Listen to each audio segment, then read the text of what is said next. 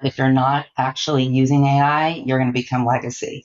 And that's in marketing, but that's also just us as human beings. And so as a person, as a business, you have to be embracing AI.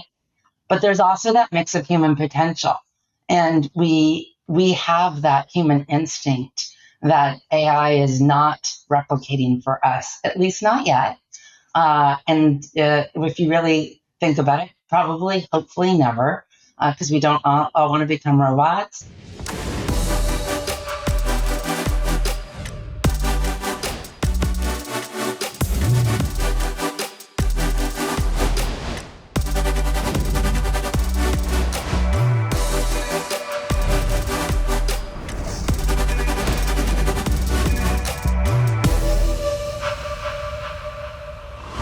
Welcome to CMOs Unscripted. This is real talk with today's top marketing leaders. Guys, this is no filters, no fluff, just bold insights and honest conversations that cut through the noise.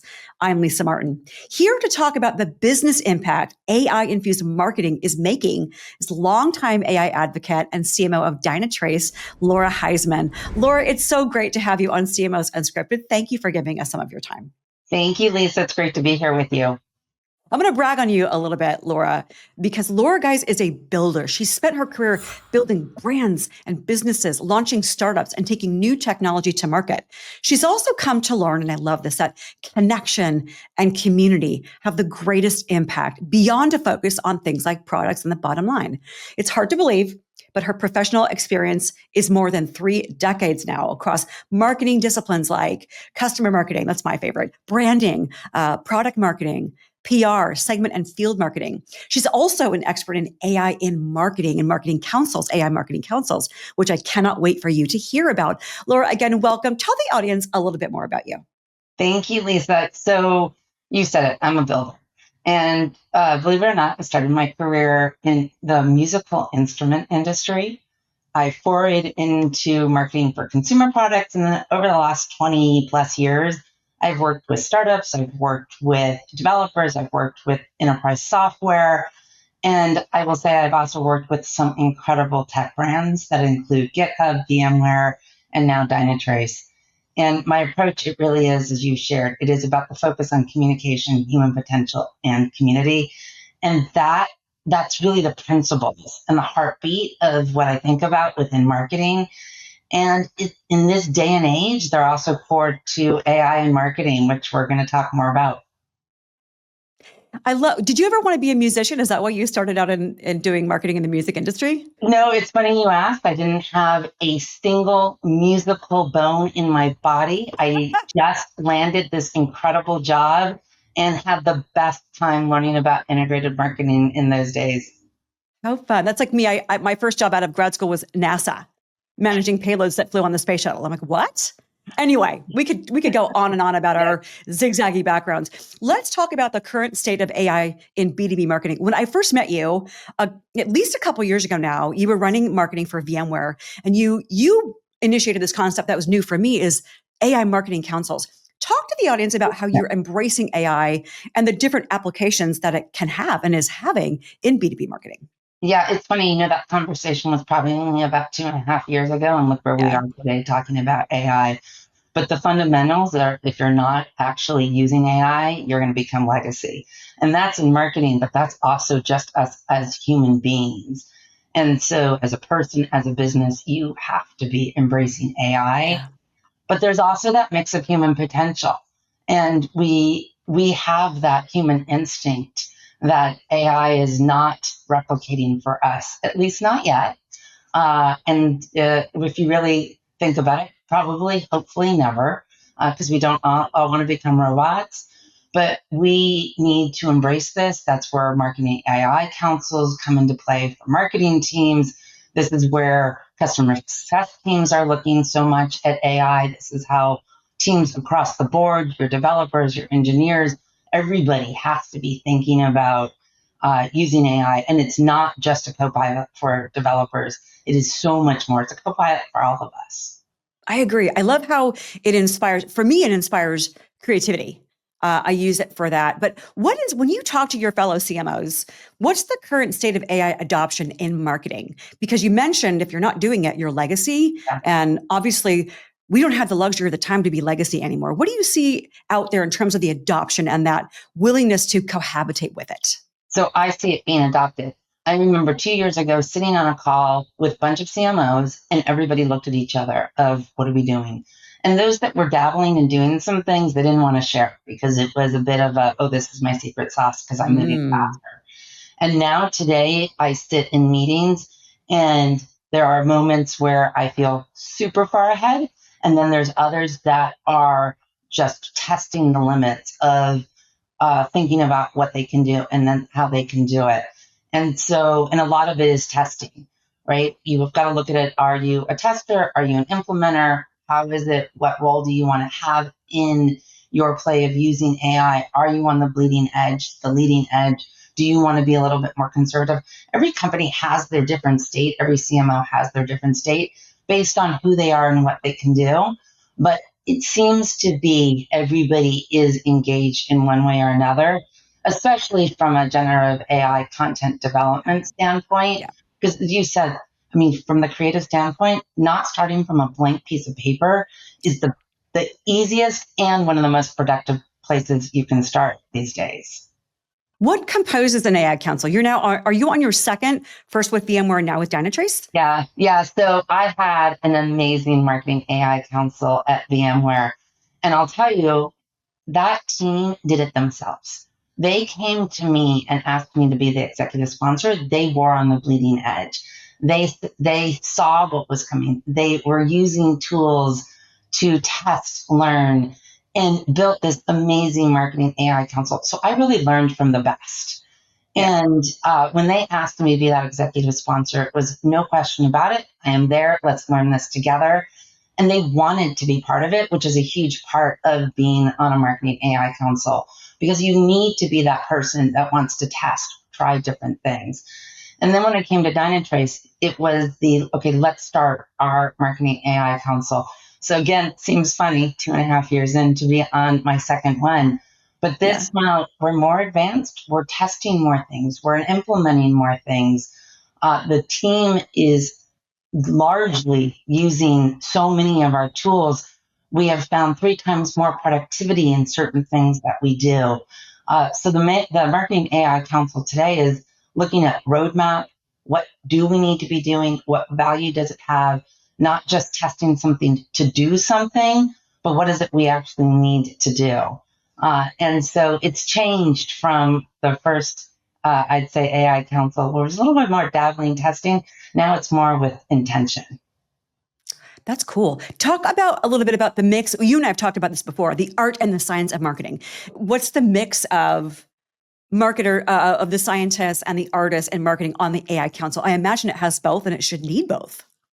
It is, because it's that human potential and the technology side of things. So it is the art and the science. You can't just do science.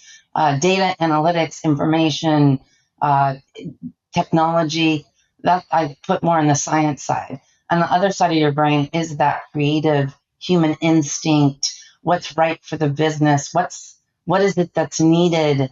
Understanding people, all of that. And that is really more of the art side or the human potential side.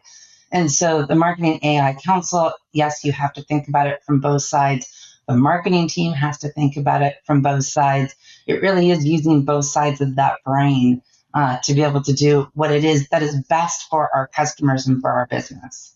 That's it, the customers and the business. You mentioned a great stat, 3x in productivity. Do you have other ROI stats that you're measuring in terms of showing how the AI use cases that you're infusing into marketing are driving that business value, that measurable business value? Yeah, so let me start with just pure happiness. That's not always measurable. It is, in the sense that we can ask our teams, how are you doing, and get our survey feedback. But team happiness, it is amazing to me when now I have conversations and the team is just saying, I'm using this tool, I'm doing this. And it's just part of their work, but it's making their work easier. Yeah. And then some of the specifics are we have seen 3 times output generation for content and creative use cases. We've seen 2 times faster in translation processes. We've seen richer audience targeting. So that gives us higher response rates across our digital systems, all of that. So we're seeing better use of our digital channels. It's feeding so much of our information, but it's also analyzing for us in a way that is faster, more succinct, and gives me insights and the team's insights faster than we've been able to do in the past. Yeah, that speed to value is so important. You also talked about getting richer customer prospect information, because these days, what's the stat that an end user does like finds 17 different pieces of information on a brand before they even get to sales or something like that. It's a high number. There's a lot of self-research out there. So getting to those, weeding through the noise and getting to those richer contacts who are actually going to potentially buy and deliver business value is really, that's the sweet sauce for marketing. Yep, absolutely. There's about 18 steps in in getting to a customer from different routes. Sellers is only one of those. Marketing is many of the others. So if you do think about digital marketing, or you think about your SEO, or now even LLM, and just think about PR, AR, videos, all of that matters in reaching. And if you can be testing and getting that analysis and thinking about how to just improve what you're doing. I was fascinated by someone I was talking to that was talking about SEO. And SEO is still big for everybody, but LLMs are becoming more important. But on the SEO front, using generative AI tools to ask the question about the impact of your SEO. So think of all the testing that's gone into SEO terms, and now you can just put it into a language and get the feedback, and it's giving you that input so quickly, and you can learn and iterate and improve that much faster. And the speed is so important, because I think one of the things that we lost during COVID was patience. That's not coming back. We know that in our consumer lives, we expect brands to know who we are. We expect them to give us contextually relevant information at the right place at the right time. And then that bleeds into our business lives, where we expect the same thing from business vendors. We want to be able to have a tailored, personalized experience in a non-creepy way. So that speed factor is no longer a nice to have. It's essential for every industry. It is for everything. It's just like at one point we there's verticals, but really in this day and age, we're all technology companies. Yeah. And it's the same thing now. We expect things off of our phone in an instant. We expect things off of when we're working in an instant. We all know when there is any kind of lag, it drives us crazy. And so we want the same thing here. We want to be able to move fast, but you have to be thoughtful. And that then goes back to that human potential, and that even that communication at the core of everything. What is it that you're saying? I love the analysis that I read on different articles and such of, you can now tell what is Gen AI generated because of these different factors. And some of that's true. That's just how some people write, I think. But it is you don't want to just be a machine. Yeah. You do, in all of this, need to want to move fast, however you want to put it or think about it. But you also need work time and thought process and how to make it best for the outcomes you are looking to do. Exactly. Sounds like I love how at VMware, it was your team that brought the AI Council concept to you, asking you to be the exec sponsor. You saw so much value there, a lot of hand raisers. It also sounds like you've been able to do the same and probably even evolve it more at Dynatrace, and that your team is embracing the balance of AI with human potential. I think that's a message that, I don't know about you, Laura, but I feel as someone in the tech industry, a sense of responsibility to help individuals who are concerned about AI and don't see yet balance with human potential. I feel a sense of wanting to make them aware of that and educate them on that. But you've done a great job of your team really embracing it, probably across the organization. I'd love to now talk about integration with AI with like existing marketing strategies. Like, how are you integrating it into your CRM, marketing automation platform, customer data platforms? What does that integration look like? Yeah, there is a lot underway, and there are so many tools coming out every single day. We see that. So it is needing to do the right homework of what it is that we're trying to do and what we're looking to accomplish. So some of this, for example, agentic account research. We are developing an account research agent in Salesforce so that we can summarize account data from SDR through sales. We're looking at marketing automation. We're adding a custom GPT to do persona scoring so that we can categorize users into personas. We're looking at campaign workflows and how to automate those for campaign automation. There is data management that's happening. There is so much happening here. And it comes from a place of we can keep doing better. We need to want to be able to support our sales organization. We need and we want to be able to continue to get awareness for who is Dynatrace. All of those things, we need these types of tools to be able to help us get better. The whole concept of test and learn has really changed because of AI, because you can test and learn so much faster now. Oh, yeah. Not all about speed, but we do have that beauty. The day and age of it's going to take 6 months to get a survey back, that is gone. Way. Yeah. And so we have all of this underway and so much more. Talk about the sales marketing relationship. We talk about that a lot. It's so incredibly powerful. How is AI, you mentioned the SDRs, how is it positively impacting not just the SDRs, for example, but the marketing sales relationship, your relationship with the CRO? How has AI been a facilitator of that? There is so much potential there, and we're very fortunate. Dynatrace, the CRO CMO relationship is very strong. The sales and marketing teams work really well together, and it's all being able to help them through the journey. So whether it be a new logo or someone that's looking to expand, it is how can we get them better information? How can we figure out better what the opportunities are? And AI really does help with that. So our SDR program, we have tools in place, which many companies do based on the tools that they're using, about how do you summarize and get the key points out of there? How do you pull keywords out of the conversation? Things like that to be able to pass on to your sales counterpart. The research and automation, the summarizations that we can do. And then sales gets faster access to higher quality content that they need as well. So at the end of the day, we look at it as better information. That's what it's enabling our teams to be able to do. And that's where you strengthen the sales and marketing relationship. I'm sure that you're giving them higher quality leads versus the old days of MQL that, and you know the customers, the prospects better than ever before because of AI. Yeah. Is that an accurate statement? That's a very fair statement. We do know customers better than ever before. And I'll use your word, not in a creepy way. It is about really understanding strategically what our customers are doing, who they are. And you can take that information. For example, if you just took 10 financial services customers and could take those conversations and use your AI tool, whatever it might be, to synthesize what are the similarities, what are the differences, you can get that much stronger, that much faster. I'm thinking about those types of customers, wherever they are in their journey, new, long time, expansion, whatever that might be. So there's just a lot of information. At the same point, it can be overwhelming, but that's where AI really does help you synthesize that. Yeah.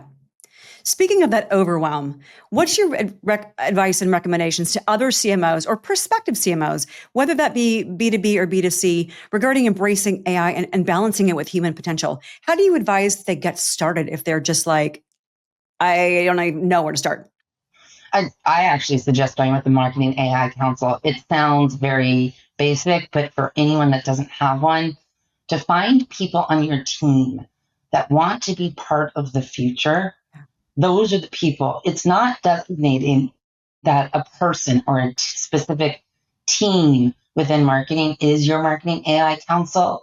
You want to find people across your team, across roles, because that's how you get the creative, futuristic, what is it we need to do type of conversations.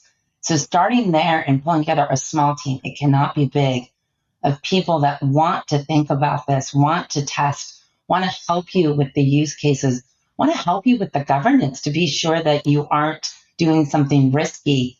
That is where I recommend to anybody to start. And then you have the enthusiasm that gets passed on throughout your team, because you want the people that are, like I said, on that bleeding edge, that other people want to learn from them. But I will say you have to share those learnings. If you're Yes. not out there essentially marketing your own successes, then people don't know what to do. And Yeah. they're maybe only doing content development and not thinking about X, Y, or Z, which some of your other team members may be doing. So that's where I would give the guidance to start. I completely agree with that. Keeping it small, this simplicity factor is also key because the overwhelm is there. Keeping it simple, keeping it small, really understanding the governance, the guardrails is so critical. How do you go about finding the right AI vendors and partners to work with to really build the right marketing council that's driving value to sales, that's driving business impact? Yeah, it's a really good question, because I think when we started, it was a little bit more of, okay, we know to start with content.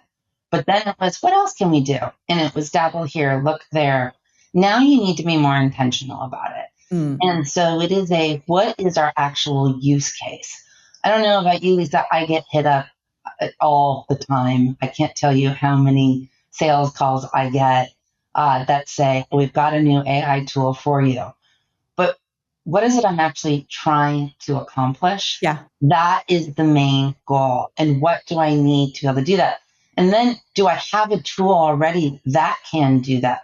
Just had a discussion yesterday about, we now have two tools. There was a time where we needed both of them. We don't need them both anymore, Okay. because things are advancing and they're duplicating.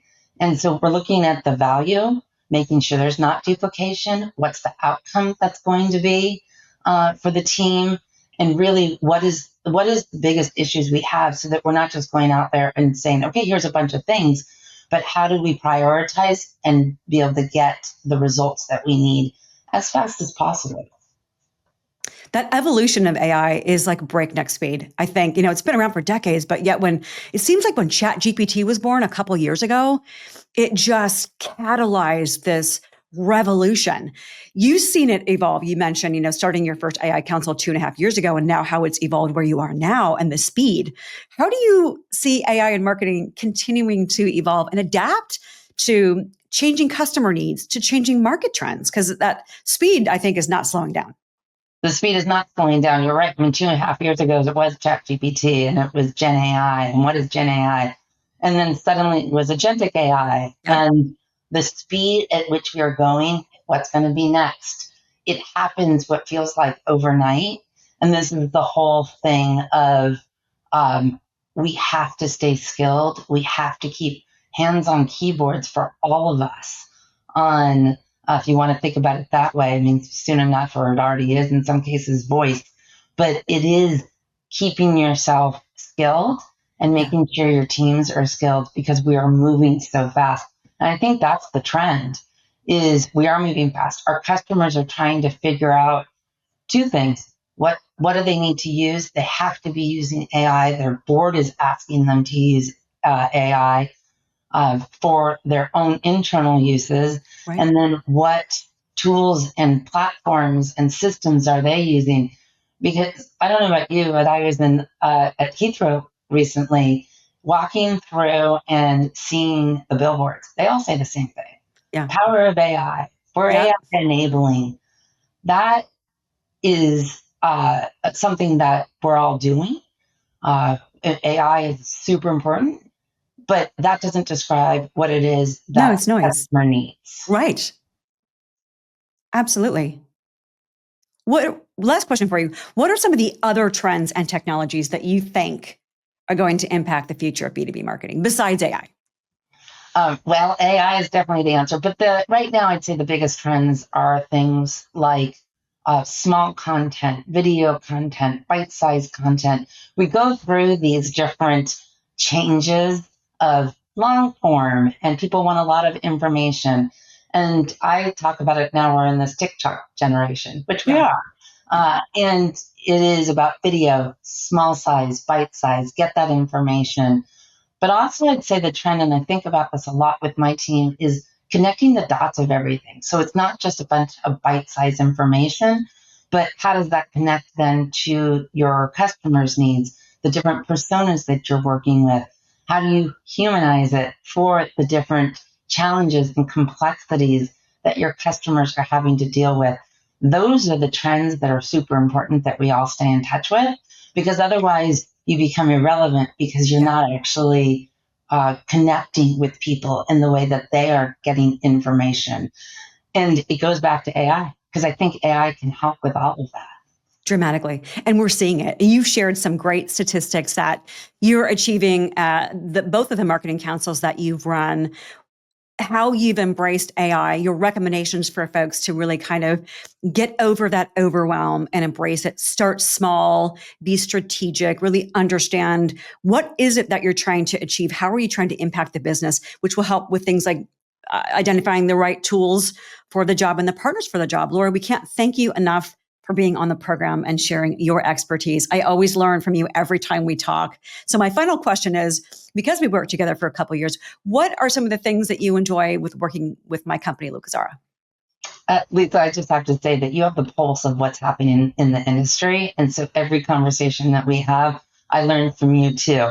And to understand from your mindset of what's happening across the industry, and your storytellers. And you help me think about this from a storytelling perspective, because that's what we need to do. We need to be able to help to share the stories, whether it be marketing and AI, or how we do things from an integrated marketing perspective, or how we think about the future of what is LLMs and SEO. You help us think about those kinds of stories, and you understand marketers. So thank you for that. Oh, it's my extreme pleasure. We want to thank you for watching. We want to thank Laura Heisman for being our guest on this episode, and remind you to subscribe to get updates on our new episodes, which come out every 2 weeks. Again, Laura, thank you. Thank you. For Laura Heisman, I'm Lisa Martin. You're watching CMOs Unscripted. We'll see you next time.